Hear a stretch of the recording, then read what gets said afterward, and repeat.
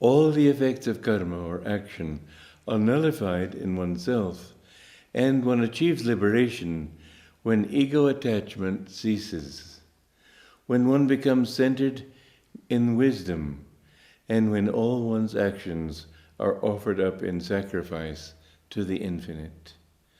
For such a person, both the act of self-offering and the offering itself are equally aspects of the one spirit. The fire of wisdom and the person making the offering are both spirit. In this realization, the yogi, freed from ego identification, goes straight to Brahman, or spirit. Well, this ties in with the Christ consciousness. In the West, they speak of the Father, the Son, and the Holy Ghost. Here we speak of Om Tat Sat. When the Spirit, in order to create the universe, vibrated on the surface of his consciousness and created the waves of duality, there was the Spirit itself, which is completely without motion. There was the manifestation of that motion in action, Om, but you can't have a separateness because there can be only one reality. And so in the midst of those waves of duality, there's that single point of rest in the center. Left and right, but at this midpoint, there is stillness. And so reflected in every atom of movement of creation, reflected at the center of everything, there is that Sat, that consciousness of the Christ, Kutastha Chaitanya, which is motionless. Now, as human beings, Master said to me, I asked him one time, when can one be called a master? He is a master when he has reached Christ consciousness. That means when he has reached that point where he realizes that at the heart of all motion, there is still that reflection of no motion. Everything is one. Without that no motion, there wouldn't be completion. There has to be, in motion, the reflection of the motionless state of spirit.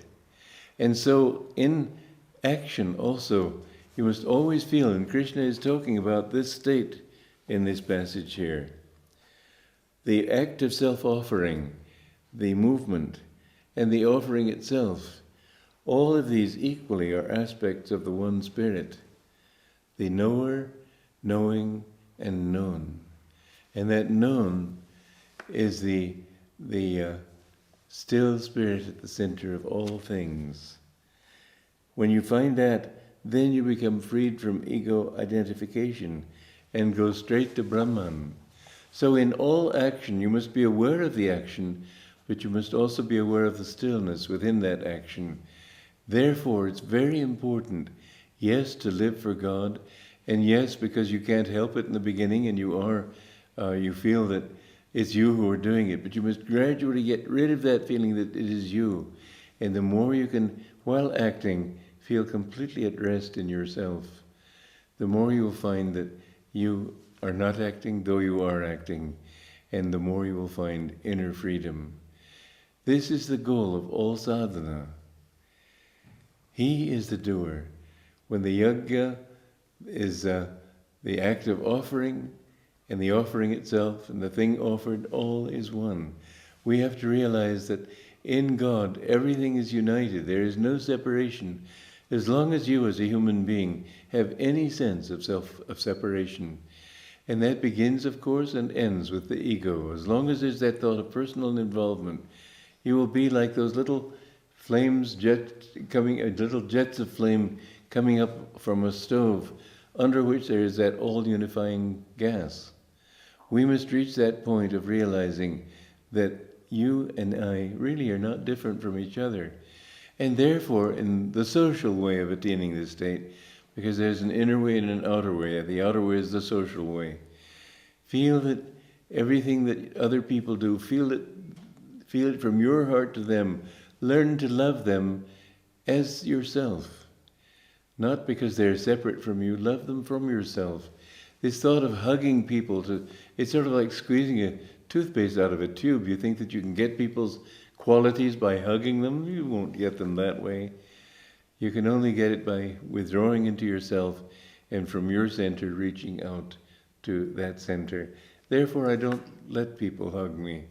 If they do hug me, I just don't cooperate. I just stand there. But I won't hug other people because I feel that that is not the way to reach their center. From my center to theirs, I feel much closer to people when I'm not physically demonstrating that love. Therefore, I think that the best possible greeting is the namaskar. My soul bows to your soul, not this heavy hand grip. I remember, just flashes into my mind as a memory. I was in an inn in Carmel in California, and the owner of this inn was a big bear of a man. And we were talking spiritual things as well as he was capable of doing it, because I was seeking a place for seclusion.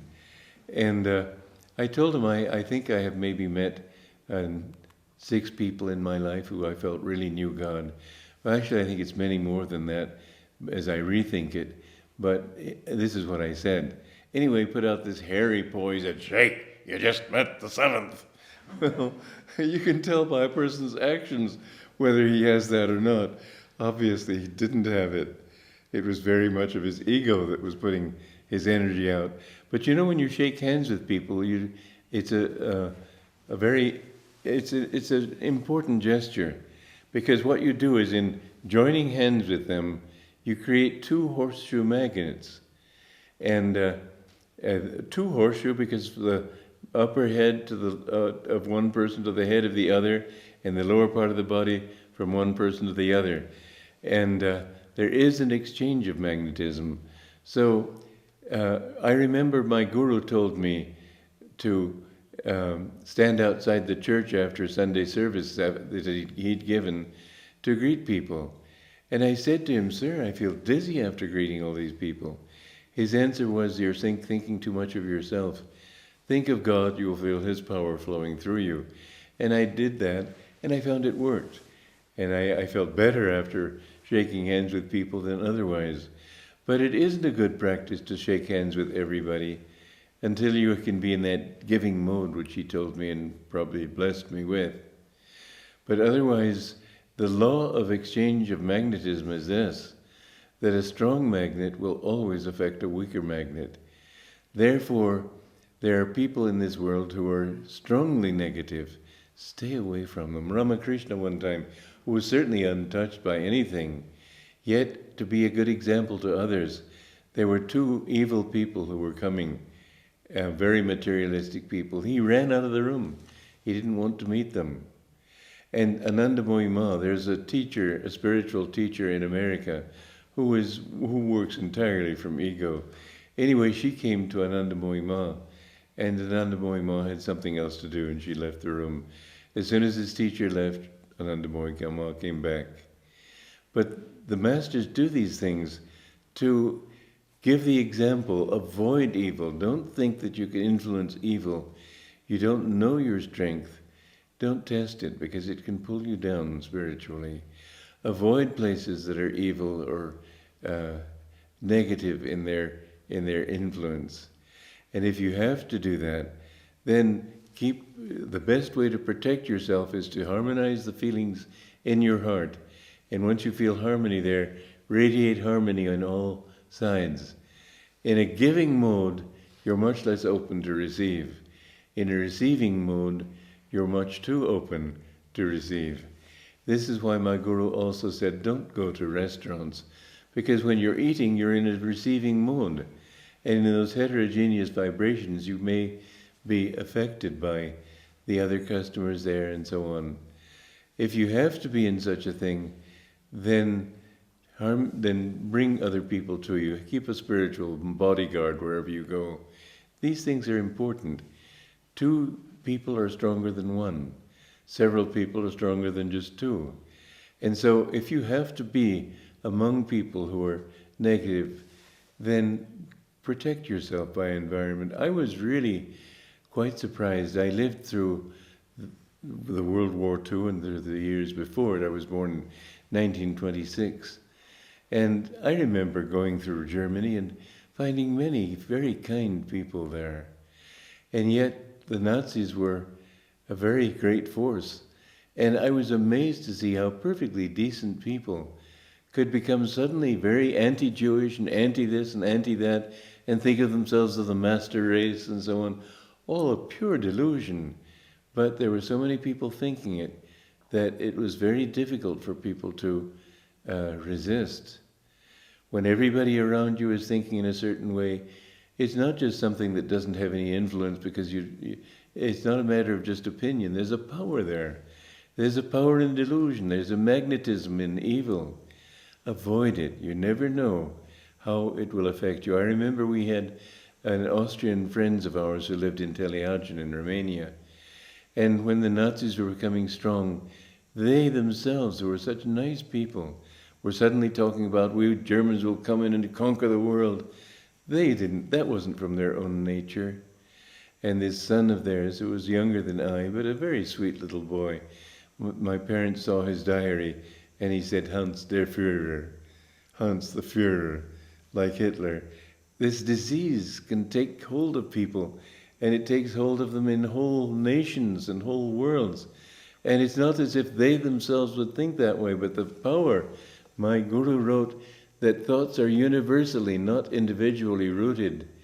And if you think in a certain way, then you will attract the thoughts on that level. I remember one time many, many years ago, I was very young on the path, and I fell into an intense mood. And I tried my best to reason my way out of it. It didn't work. And I came to realize that reason always follows feeling. Therefore, reason wouldn't get me out of it. And I thought, well, do I like being unhappy? Do I like being in this black mood? And I said, no, I don't like it.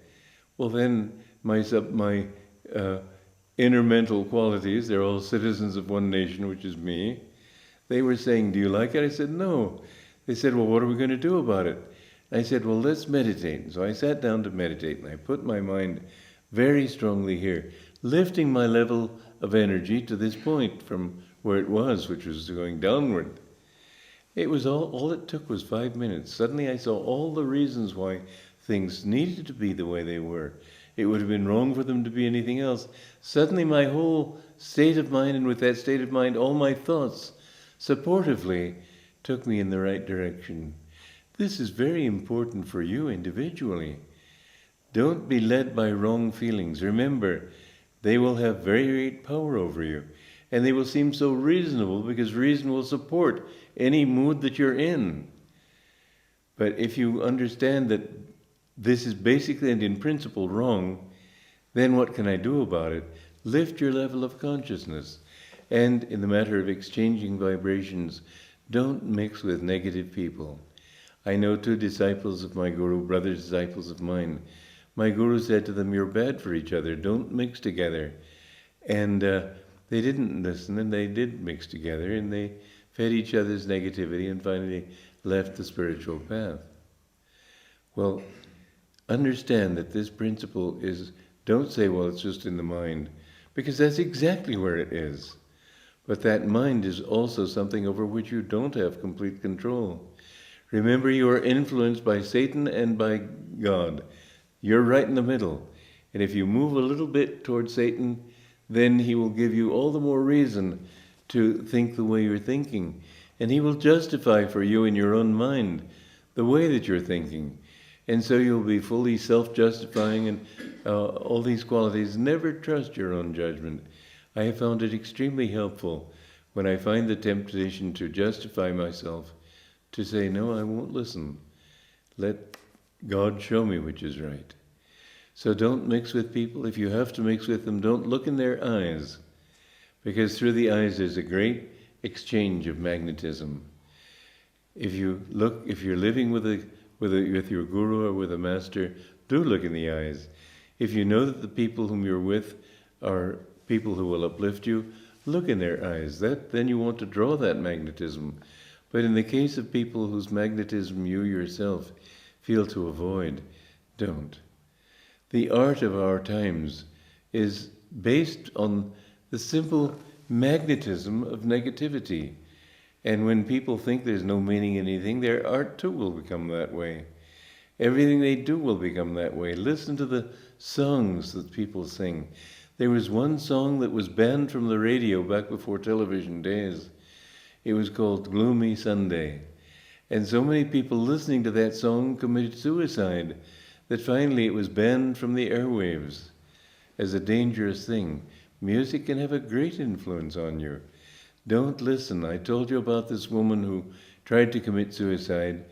She failed, but she had a near-death experience where in the other world, she was in this hellish region, and she found that the vibrations of that were rock and roll music. There is evil in that music. There's an incentive to violence and negativity and low kinds of emotions. Please listen to me. I would like to hear when people go to places like restaurants and so on, instead of this restless music which just distracts the mind, it's a disturbance. I would like the restaurants and the hotels and public places to play good music. You know, there was one place where, a store where young people used to come and gather and smoke pot and do different drink and so on.